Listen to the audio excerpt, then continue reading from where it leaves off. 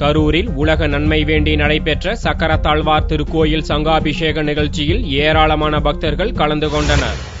கரூரில் அமைந்துள்ளது அருள்மிகு ஸ்ரீ சக்கரத்தாழ்வார் திருக்கோவில். சுவாமியும் தேவியும் ஒரு சேர காட்சியளிக்கும் கோயிலாக அமைந்திருப்பது இக்கோயிலின் தனிச்சிறப்பு. இக்கோயிலின் 5ஆம் ஆண்டு கும்பாபிஷேக விழா வெகு விமர்சையாக நடைபெற்றது. தங்கம் மற்றும் வைரத்தால் அலங்கரிக்கப்பட்ட சுவாமிக்கு மகா தீபாராதனை உள்ளிட்ட நிகழ்ச்சிகள் நடைபெற்றன.